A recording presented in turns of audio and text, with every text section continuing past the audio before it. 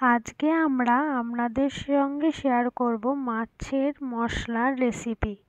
তার জন্য আমি প্রথমেই কড়াইয়ে তেল গরম করে নিয়েছি এবং তেল গরম হয়ে আসলে আদা, রসুন এবং টমেটোর পেস্টটা আমি দিয়ে দিলাম।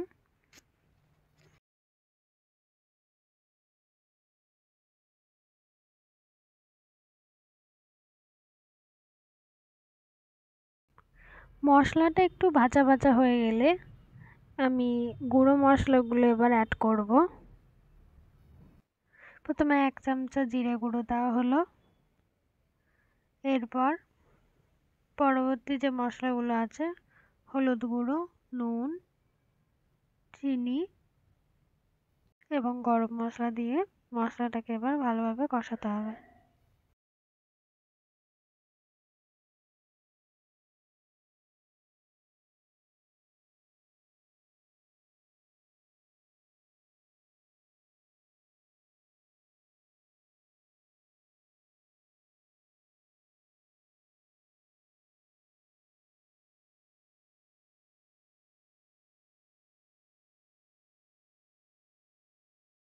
মশলাটা এইভাবে কষানো হতে থাক।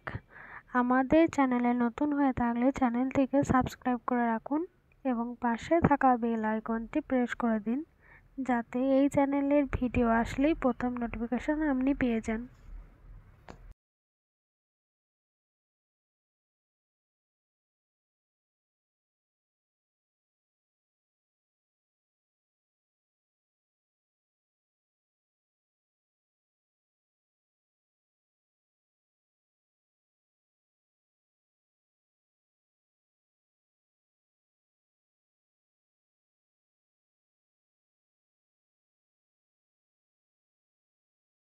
এইভাবে বেশ কিছুক্ষণ কষিয়ে নিতে হবে মশলাটাকে, যাতে মশলার যে কাঁচা গন্ধ সেটা না থাকে এবং দেখা যাবে এটা থেকে তেল যখন ছেড়ে দিয়েছে তখন আমরা পরিমাণ মতো জল অ্যাড করব। তো চলুন দেখা যাক।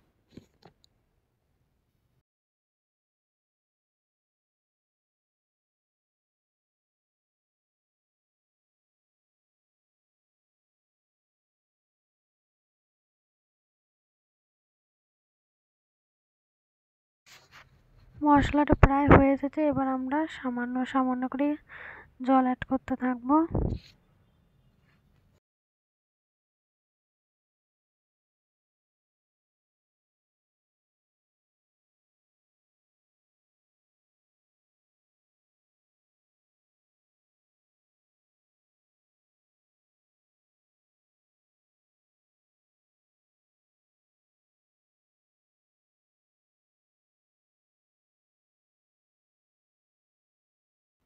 ওই দেখুন মশলার ওপর থেকে তেল ছেড়ে দিয়েছে। এবার আমরা মাছগুলোকে অ্যাড করব। মাছগুলো আমি আগে থেকেই ভেজে রেখে দিয়েছিলাম, তো ভাজা মাছগুলো আমি এবার অ্যাড করব।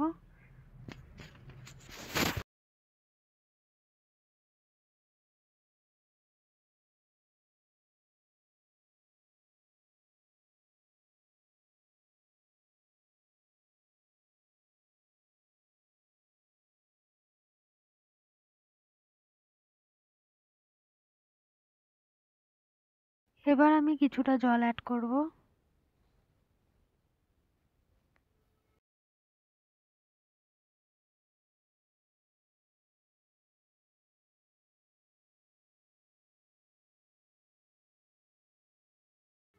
মশলাটা যাতে মাছের মধ্যে ঢুকে যায় সেজন্য আমি ঢাকনা দিয়ে কিছুক্ষণ রেখে দেব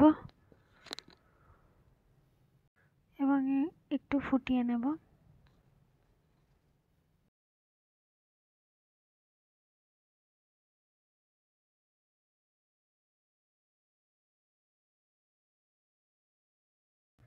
এই তো প্রায় হয়েই এসেছে। এবার আমি এটাকে তুলে নেব।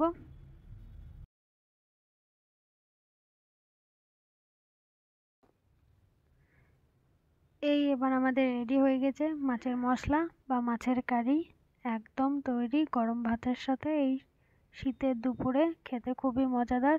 আপনারাও বানিয়ে একবার দেখতে পারেন এবং কমেন্ট করে জানাবেন আপনাদের কেমন লাগলো। ভালো থাকবেন সবাই।